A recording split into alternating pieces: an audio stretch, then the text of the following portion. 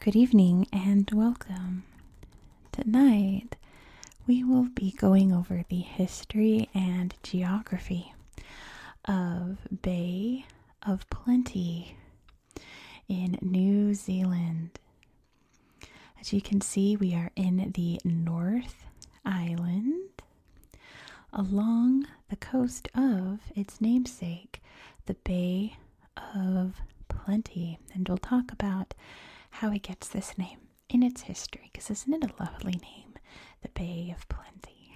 It sounds almost like magical, like it's made up from a fairy tale. And New Zealand kind of has that energy to it, doesn't it? And this place in particular has some of that Aotearoa magic to it. First of all, we have, of course, the lovely coastline here, which has beautiful beaches, of course, and really interesting marshlands. We can see here around the city of Tauranga. We have this inland gulf area, which is quite marshy, and this is where we can find Matakana Island right here. Also around Whakatane. It's a bit marshy there as well. But there are also some beautiful islands which are very sacred to the Maori, particularly White Island. You can see up there. Here's Motiti Island. And there's a bunch of others you can see right there. But there are many of them, so we're not going to list all of them. Those are just the largest ones that appear on my map here. I mentioned Whakatane and Tauranga are the major cities here along the coast, but there's another important city we're going to mention, Rotorua, which is how I most associate this region with this town here. And it's very infamous because it is within the volcanic plateau, which is kind of this area here of New Zealand. Rotorua is the most volcanically active human settlement in the world. I mentioned in my last video, the only place that has more volcanic activity than Rotorua is Yellowstone National Park, which is not a settlement, it's a reserve. So this is the place where you can visit geysers, hot springs, old lava flows, volcanoes, name it. If it's a tectonic magic anomaly, it's here in Rotorua. Like hot mud, name it, it's here. And it's really beautiful, and I'll show you this incredible landscape. And actually, we're going to talk about Tauranga and its history. Other than the volcanic plateau and the coastline, we have a lot of mountains. You can kind of see on my map here just how indented and wrinkled it is. Those are all big, beautiful green mountains. This range here, you can see right here, this is the Raukumara range, and it is a range of a much larger, vast range that stretches all down the North Island called the Huirau range. And also, if I mispronounce anything, please do correct me in the comments. But last time, not the last time I did a video on New Zealand, but the first time I did a video on New Zealand, lots of people corrected my pronunciation, but they did so in a haha, that's wrong. But not only that, which whatever, sure, I get a lot of things wrong. You're allowed to laugh at that. But all the suggestions I was given were completely different. So I would say, if you are going to correct my pronunciation, which of course do, if I greatly mispronounce something, please fix it. But only do so if you are from New Zealand, okay? Because I think people were correcting me, maybe who weren't from New Zealand. Because literally, I received 6 different pronunciations for the same word. And it just made me even more confused. So let's just do that, okay? You can be mean and laugh about it too. I got the Kiwis here and the Irish have laughed at my pronunciations, and that's fine. But make sure you actually know what you're talking about is what I'm saying. Make sure you actually know how to pronounce it. With that being said, let's get into the history of this region. Very famously, the North and South Islands and all of the other islands associated with New Zealand were not inhabited for a very long time in Earth's history. It was only very recently, in the 1200s CE, that the first Maori landed in what's now New Zealand, and they called it Aotearoa, the land of the long white cloud, if I remember correctly the translation. They landed here in about the 1300s, and it's very likely that they could have landed here in the Bay of Plenty. We know this was a landing site. I don't think we know the landing site, but it very well could have been it. So many people, many indigenous people of New Zealand, the Maori people, living here today, most likely their ancestors arrived at the Bay of Plenty. Now, how does the Bay of Plenty get its name? Well, it comes from James Cook in 1769. Of course, James Cook was sailing and exploring the South Pacific for Great Britain. He was sailing around the North Island and he landed here. And it did not go well for his crew. The Maori here were very hostile. Some of them died in the fighting. Some of James Cook's men died in the fighting, and they sailed away pretty hastily. So he named it Poverty Bay to just commemorate the loss that they had at this bay. So he sailed around and landed here. And the people here greeted him very warmly, and they gave him lots of food and supplies, and they're like, come on over, let's party, let's hang out, you're a new friend.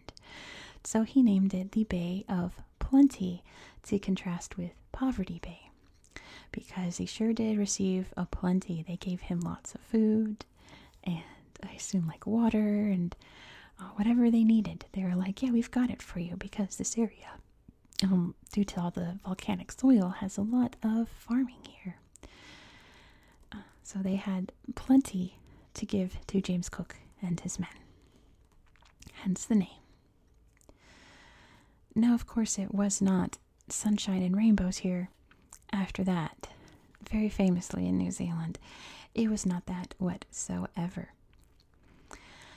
Once more, Europeans, Americans, Westerners, I should say, and I guess some people from the East as well, but most famously people from Europe and the Americas, North Americas, came here to trade for whaling, for stopovers. And they traded with the people on the island here. You know, they needed food, they need to refuel, they need supplies for whaling. And what did they give the Maori in exchange? They gave them alcohol and muskets. Now, the Maori tribes have had their fair share of disagreements and skirmishes and wars at this point. And with the introduction of muskets, it made everything far worse. And the islands entered a period known as the Musket Wars, which were fought through a long time in the early 1800s. In Rotorua in particular, it was pretty bad between the 1810s and mostly in the 1820s. You know, just a mild disagreement before muskets would result in a fight, you know, like a brawl, you know. Maybe a small war with casualties, but not massive. You introduce muskets into that, those small brawls turn into massacres, turn into tragedies, and then of course you get revenge for that tragedy. It just snowballs. Nobody wins in these situations, but thankfully it would soon calm down, mainly due to the fact that many enemies would find a common enemy in the British and various Europeans who came to these islands. Now, the first settlers, at least in the Bay of Plenty region, were missionaries. They arrived in the 1830s to convert the people to Christianity, and like I said, they came from all over Europe and the United States. Probably Canada too, but I never read about any Canadians, but I wouldn't be surprised. This was not handled well in some parts. Very famously in the town right here, you can see Opotiki. There was the Volkner incident in 1865, and this was a greater part of the New Zealand Wars, which we'll get into right after this. Volkner was a German missionary. The people here, since there was a war going on between the British and the Maori, were worried that Volkner was a spy for the British Crown. He denied it. He probably wasn't, but there was enough evidence to make people suspicious. So they said, leave and don't come back. And being a good missionary, he came back. They, gave him a kangaroo court, tried him, hanged him that day, which led to complications, of course. You can't just take people out like that.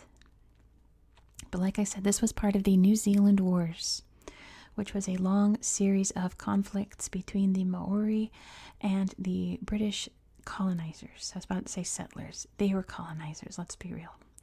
And there were many other incidents here in Bay of Plenty. There were some very large battles in Tauranga in 1864. And there was an incident in the Bay of Plenty region known as Te Kuti's War. Te Kuti was a guerrilla fighter who had been arrested and imprisoned. I think he broke out of prison. He was sent off to another island. He took a bunch of prisoners with him, came here to the Bay of Plenty region, and fought back. Te Kuti was also an interesting character in that he started his own religion and was a prophet of that religion, and allegedly, I didn't read into it too much, but apparently many of his prophecies came true, from what I could tell, mainly due they were about the battles and wars fought, and he was actually part of the peace process to end the New Zealand Wars, and he was pardoned also. Interesting character. I'll have to read more about Te Kuti. Now, thankfully, the dust would settle in this region, and better times were ahead. Not quite for the Maori just yet. They would eventually, but not at this point. It was a good time to be British in this area, especially here in Rotorua, because the Maori living here were like, you know what? We can make a profit off of this landscape. And in the 1880s, they made an agreement with the British to lease a lot of the land here to turn it into health spas. And sure enough, it was a hit, and people mainly came from like Australia, who came from Britain and Europe, United States, etc. Probably Canada, but I didn't read anything about it, but I wouldn't be surprised. Many people would come to Rotorua for thermal baths and hot springs and mud baths, what have you, just rejuvenation from the amazing minerals and hot water here that just naturally bubbled up to the surface, and it was a hit. And there was one area in particular, like around here or so. They were the Pink Terrace and the White Terrace. Now, reading about the pink and white terraces, they sounded a lot like this beautiful place in Turkey called Pamukkale, and I hope I said that right. I'll flash a picture up on the screen of what that place looks like. It is magical. It is otherworldly. It is a cascading pool of hot springs, and it's stunning. And that was the main attraction in Rotorua for people to see. Many people did come to see that, but not for long, because in 1886, the main volcano in this area, Tarawera, say that 10 times fast, Tarawera, erupted, exploded, buried a lot of the area here in lava, including the pink and white terraces. Now, I looked up. Apparently, this volcano had last erupted in the year 1314, give or take, because there weren't a lot of people here to document it. And in fact, this area wasn't even settled until like the 1350s, 1340s. So not a lot of documentation from the early Maori, which, I mean, nevertheless. The pink and white terraces were buried under all of this volcanic lava. and were lost. And there's an argument that they're lost forever, they're gone. But there are some, I guess, scientists, I want to say like geologists, but I don't think geologists, people who study this kind of thing, believe that the terraces still exist under this layer of volcanic, like lava soil buildup, and that it's possible that they could be dug out. Now, nothing has been started in terms of that. I don't think there's enough evidence to prove that that's true, but apparently enough people had said, nope, there's enough evidence that they're still there, just bubbling away in their own underground cavern buried under the surface. So it's possible we could see this place again someday, but I don't think there's any plans at the moment to start digging there.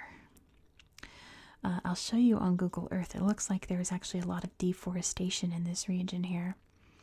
I couldn't really find anything about it, but looking at Google Earth, there's a lot of areas that are just barren.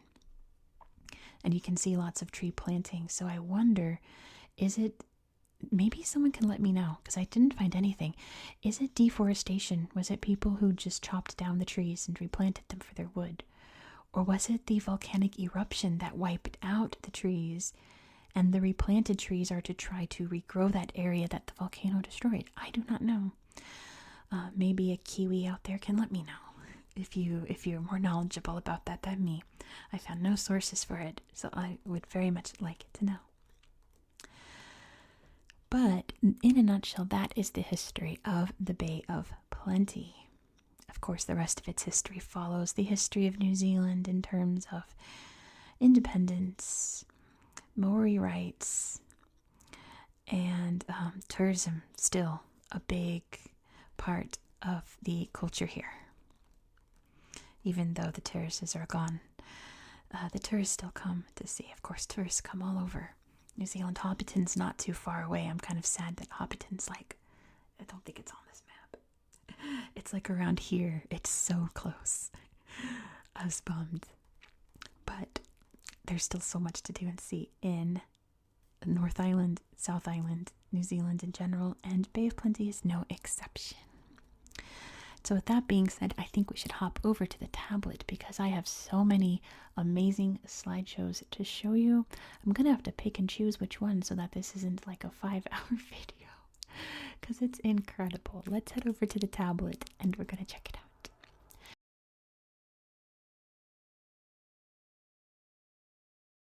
Alright, as hard as I may try, even though I typed in Bay of Plenty region, it only wants to show me the Bay of Plenty, which does not help us. Let me find my pencil here in the dark. That's a mechanical pencil. I have a lot of pencils on my desk, but I need the pencil. Time out. Where did... Okay, I can only grab mechanical pencils. Mechanical pencils it is. The Bay of Plenty. So, we're gonna work with it, but let me zoom out so you can see exactly where we are. Here is beautiful New Zealand, Aotearoa. Oh, look at the light is out even. Let me put that back in. There we go. Aotearoa, New Zealand. We have North Island and South Island. Where is New Zealand in the world? Here you can see Australia. Down here's Antarctica. New Zealand is right in the corner there. New Zealand is part of Oceania, and you can even see on Google Earth, see all of this here. This is all land underneath New Zealand. It is a subterranean continent called Zealandia. So the highest points are poking up above the water, and those are the islands of New Zealand. So we are on the North Island, and you can see the Bay of Plenty here. So beautiful. And actually the slideshow associated with this geotag is actually pretty neat. You can see some eruptions happening there. Let me slide this up a bit. Here we go. Beautiful beach. The coastline there. The islands. The beautiful waves crashing on the shore by these lovely cities here. And of Of course, there's lots of excursions you can take out on the water. I may not show you, but I found a dolphin tour place that has some incredible pictures of people splashing out there with, oh my goodness, look at that eruption. With, I think they're right dolphins. I could be wrong. I don't really know my dolphins. And orcas, which are also dolphins. Did you know that? The killer whales are not whales. They are dolphins. They are the largest dolphin. Now you know if you didn't know. Orcas are not whales. Killer whales are not whales. But with that being said, let's check out these areas. Here is Whakatane. Whakatane. Yes, I have been pronouncing it wrong my whole life, apparently, and now I've learned. Let me turn off the everything filter, because it's showing me a bunch of shops. I don't need to see grocery stores. Here you can see the Whakatane River flowing out to the sea, and this beautiful reserve here. Let's check this out. Mokoroa Bush Reserve.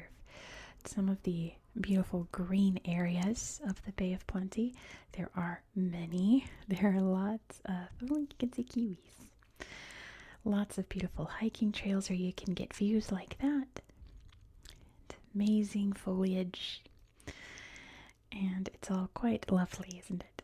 It's New Zealand. There isn't a single corner of these islands that is ugly. Not one. It's all beautiful. Let's look at the lookout. See the ocean. How gorgeous. Not a single corner of this country, these islands, are ugly. It's just beauty everywhere you look. And if you don't want to visit New Zealand, who are you? Are you human? That's a human test. Do you dream about visiting New Zealand? No, you're not human. You are a robot. Over here, let's check out Taronga. Because there's a neat little spot I want to show you right here. This is Mount Maunganui, or Mauao, which you hike up and you get this gorgeous view. You can see the islands out in the bay, the beaches. Look at under this, you can see all the coral and all of the creatures under there, and the crystal clear water. And there's a good view of this big hill here by the seaside. Isn't that neat? So amazing. Let's see. We have another reserve over here. Here's a beautiful waterfall. Let's just take a quick... Oh, actually, don't. That's out of the borders. We'll find another waterfall. We have that marshy area I told you about with Matakana Island there. Here we go. Let's look at this forest park. Kaimai Mamaku, which looks like it overlaps into not Waitangi. That's the Constitution. I can't remember. It's where the cave where the glowworms are. That area. Gorgeous, right? Every picture of New Zealand's landscape is stunning. I guess that's not quite stunning, but that doesn't count. Some old artifacts, I suppose, as well from a different time, isn't it? Alright, before we get to Rotorua, because we're going to have a grand finale there, I'm going to show you these mountains here. So I wasn't kidding when I said there are mountains all up this part. I'm going to look at this forest park and be blown away by these landscapes. This was not the slideshow I had seen before. This was not it. It's beautiful, don't get me wrong. This wasn't the one I saw. That's more beach. We already saw the beach, and the beach is stunning. Stunning. Maybe I need the everything filter back on to get it up. Let's see. That was not the slideshow I saw before. Imagine if it changed. Te Urarara. Just the national park here. Maybe this was it. No, it wasn't. But this is, oh, maybe it was. I did see this. I did see this waterfall. Isn't that gorgeous? So beautiful. Not a single corner of these islands is ugly. Not one. It's all beauty. It's paradise. But that is mainly in part to where it's located and the volcanic activity involved as well. Combination of all the environmental factors make these islands something else. Something else. Where was the slideshow I saw? It's just gone, I guess. Maybe it updated. Let me see. This picture was added in 2022. This was not the slideshow I saw before, but you get the idea. It's all beautiful. Alright, let's head over to, I wish I could pull up the borders to make sure we don't cross this line. Can see Lake Taupo there, another big crater lake. Let's check out this last forest park. Again, making sure I'm still on the borders. I don't think I am. I need the everything filter off. There we go. No, well, it kind of is. Part of it is. We can look at it. One last forest park to show you. Whoa. I don't think I could do that. I don't think I'm brave enough for that. Look at this. It's magical. Big mountains in the distance. But North Island isn't really known for its mountains. That's what South Island is for. But there sure are some stunners here, isn't there? Sure is some incredible landscape, which I guess just testifies to how beautiful the South Island is, because that's considered, like, by far the more beautiful part of New Zealand. Let's go to Rotorua. So, you can see from above, I want to show you this first. Do you see how this landscape looks mossy? Like, it looks like moss on a log from up high, right? It's all, like, lumpy and a different shade of green from all the rest of the green. That is the remnants of the volcanic eruption in the 1880s. Isn't that something? So you can see, I know this crevice was made during the eruption, Mount Tarawera. That's so hard to say. All of this was made during the eruption. That's why it's all plain now. Gosh, it was, like over 150 years ago, this eruption. It still hasn't quite recovered, has it? It's trying. But you see what I mean, like over here? Like you see from above, this old satellite image was very brown. These satellite images are newer, and if you zoom in really close, you can see, I guess it's a bad example. Oh, because we're on a mountainside. Not a good example. How about over here? You can see little tiny dots in a row, and I assume that must be replanted trees. So were those all replanted due to deforestation, or was it from the eruption? Because it really could have been either. You see all these areas here? I can't tell. But that's Mount Tarawera that erupted and buried a lot of this area here. Let's go find the terraces. I do have everything on, right? Because they only appear on the everything filter because they're gone, right? There's the black terrace. We have, they're over here somewhere. The pink terrace was here. I think the white terrace was somewhere up here. It's got to be nearby. There it was. The white terrace. So if you tap on these now, you don't get pictures of it. You get what it once was, and that's where it was located, right there. Because it's gone. It looks like this now. Those beautiful terraces, which I showed you what they look like in Turkey today. Completely buried under this mossy green landscape. Isn't that something? Completely buried. Is it there? Is it not? Who knows? Maybe it is. Maybe it's gone forever. All of these slideshows are amazing. I would highly encourage you to explore this area yourself. Explore New Zealand on Google Earth yourself, because it is just out of this world beautiful. Now, there are hot springs all over Rotorua. You can see one right here. Look at these.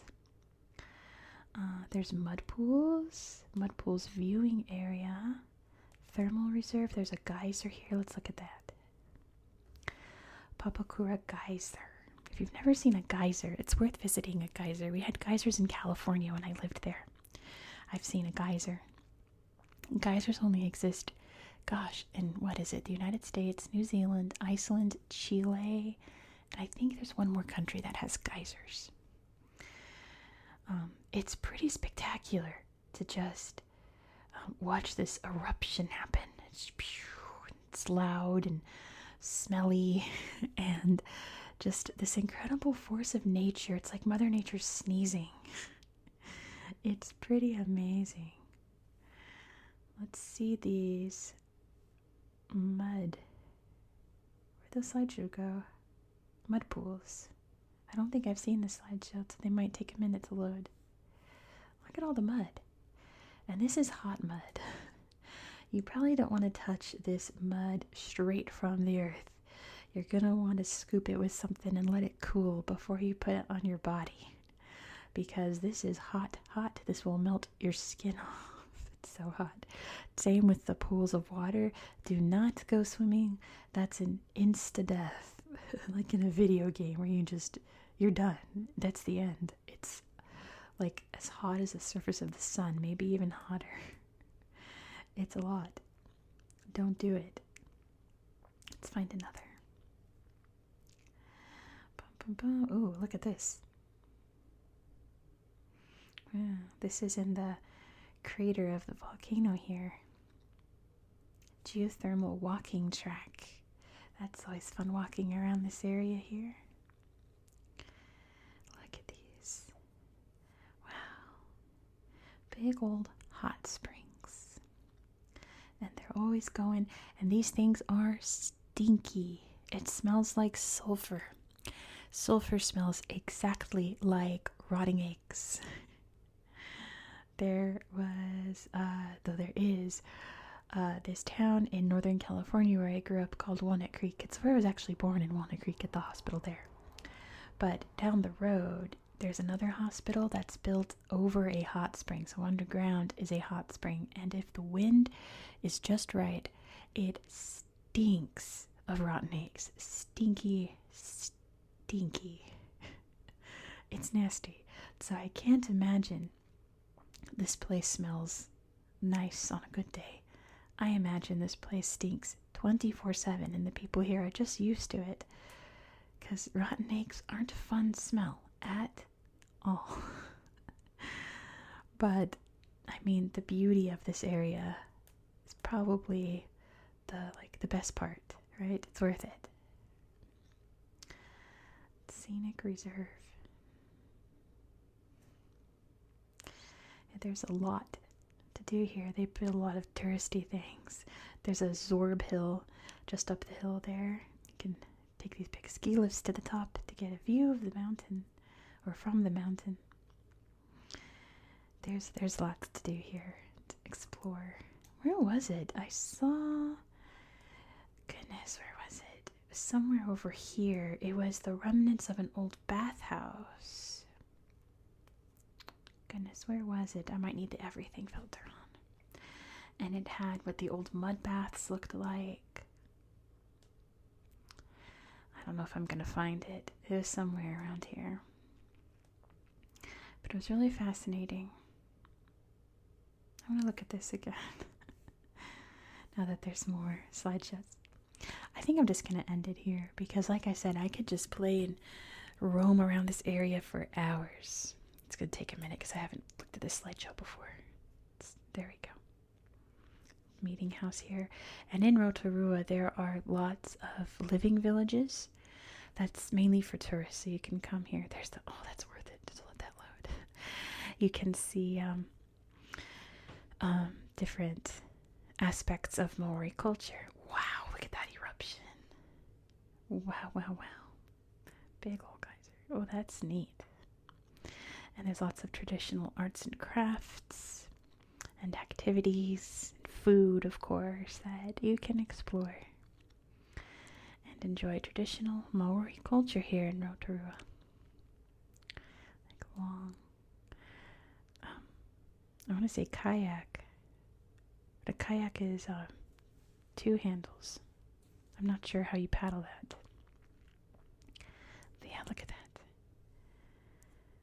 You can see traditional songs and dances.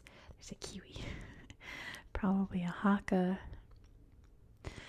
and that's a workshop there. Isn't that something? Looks like they're building maybe some like statues, woodwork, you know.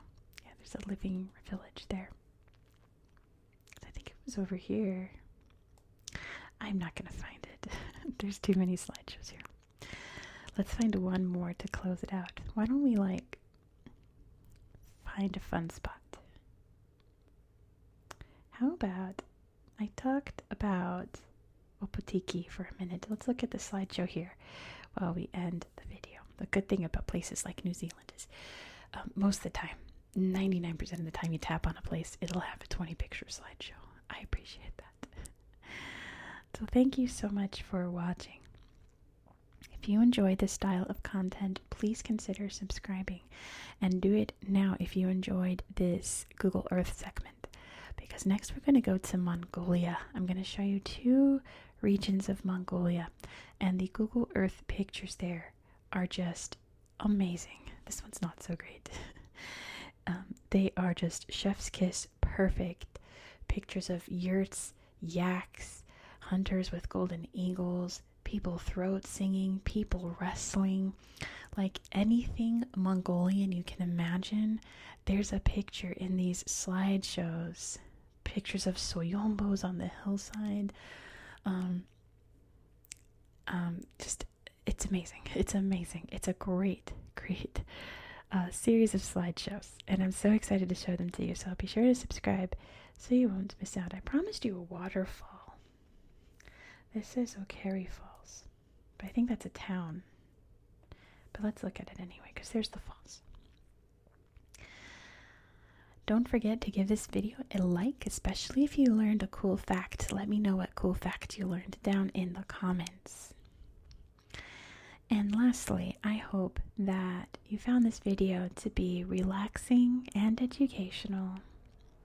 And I hope that you have a good night. Sorry for my tummy right there. Good night.